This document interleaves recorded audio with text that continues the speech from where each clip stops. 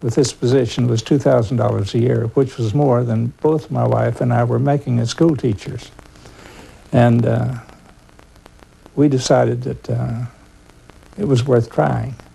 Also, it had the opportunity of giving each of us a chance to go to Washington, where we never visited. So he reported to Friedman at his office in the old munitions building. It was during this first exchange with Friedman when he got through inquiring if I had a place to live.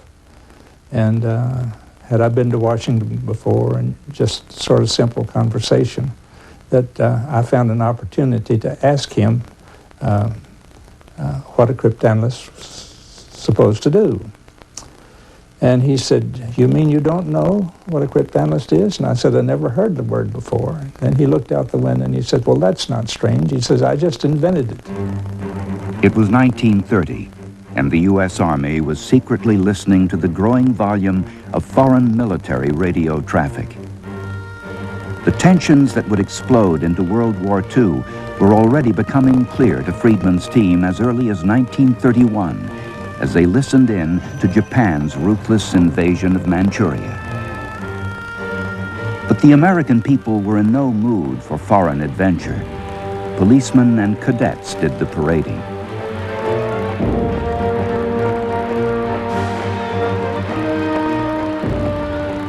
While in Europe, it was German stormtroopers who marched into Austria.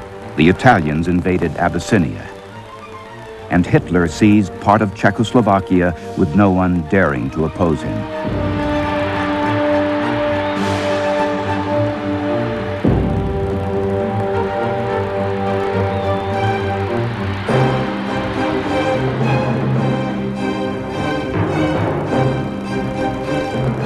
As Western Europe caved in to Hitler's threats, alarm bells rang in Poland. The Poles feared they were next on Hitler's list of conquests and intensified their efforts to decode the German military signals.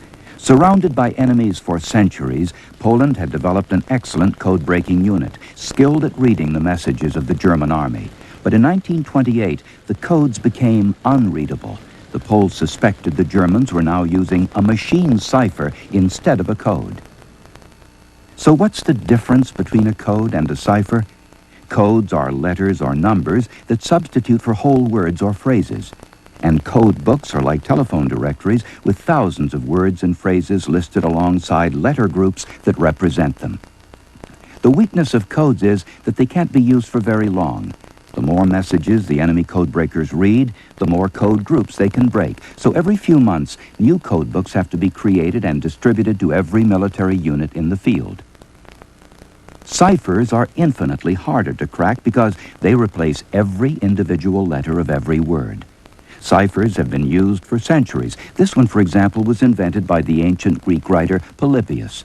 Each letter is represented by two numbers. A is 11, B is 12, and so on.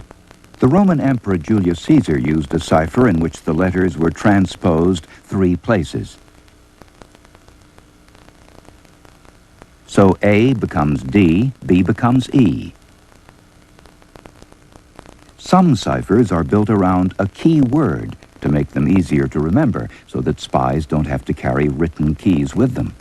Here the word Gothic is written down, followed by the remaining letters of the alphabet. This vital key word would be changed frequently. But these simple ciphers, where one letter is always replaced by one other letter, would be solved in a few minutes by any cryptanalyst using the characteristic features of any language that are the codebreaker's principal weapon. Take a page from any modern English text and count the different letters, and you get this standard pattern. In English, the most commonly used letters are E, T, A, O, N, and I. The least used are J, K, X, Q, Z.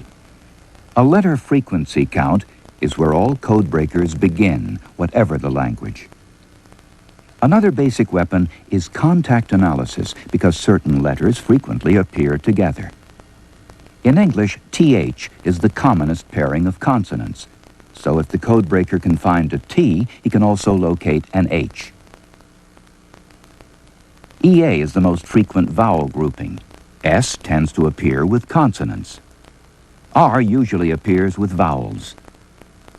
Complex ciphers try to conceal these telltale frequencies in letter contacts. The ultimate goal is to have each letter of each word of a message from a different cipher.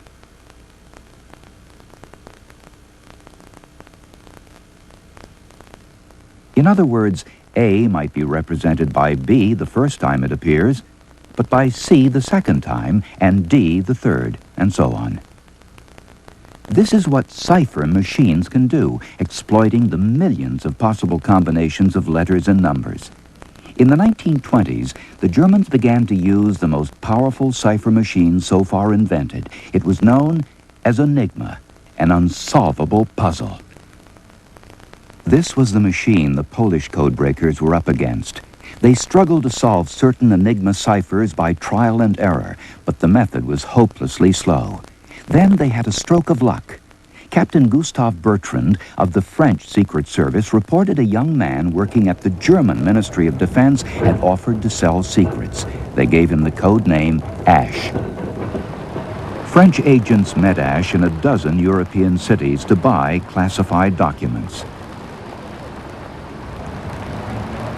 They included the operating manual for the German Army's version of the Enigma machine. The French shared the manual with the Poles, who now knew exactly how the Enigma machine worked. Later, the Poles passed all their information on to British intelligence. This is an actual German Enigma cipher machine. The keyboard, which was used to put in the letters, and an illuminable panel here, which the output letters would show up on as you encipher the message. And of course, I must make clear that if I'm putting a message into code using an Enigma machine, the person who's receiving this message must have an identical Enigma machine, identically set up to take the message out of code.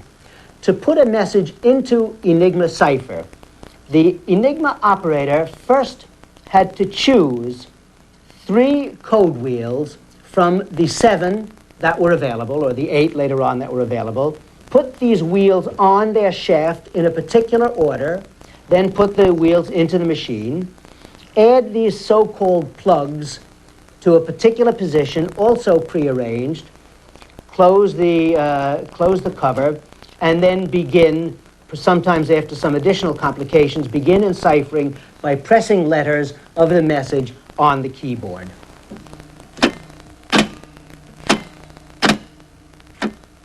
So how did Enigma work? The heart of the machine was the maze of wiring inside the rotors.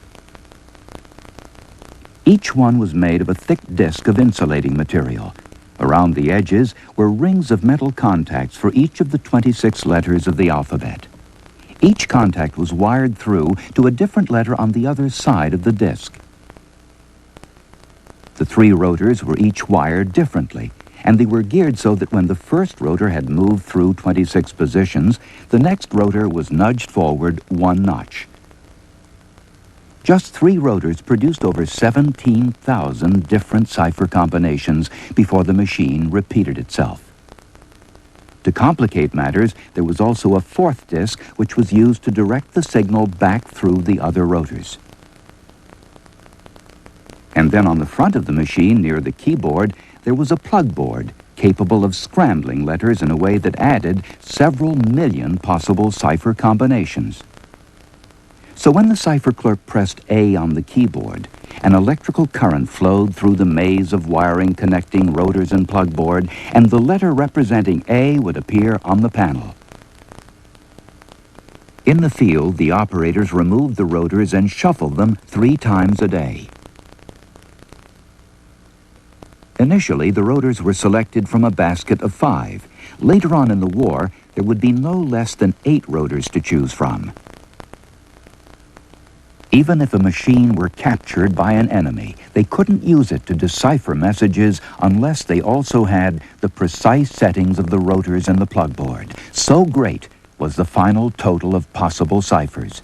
The first 6 letters were the key, or the indicator, telling the recipient how to set up his Enigma machine to decipher the message. By September 1939, thousands of enigmas, and the German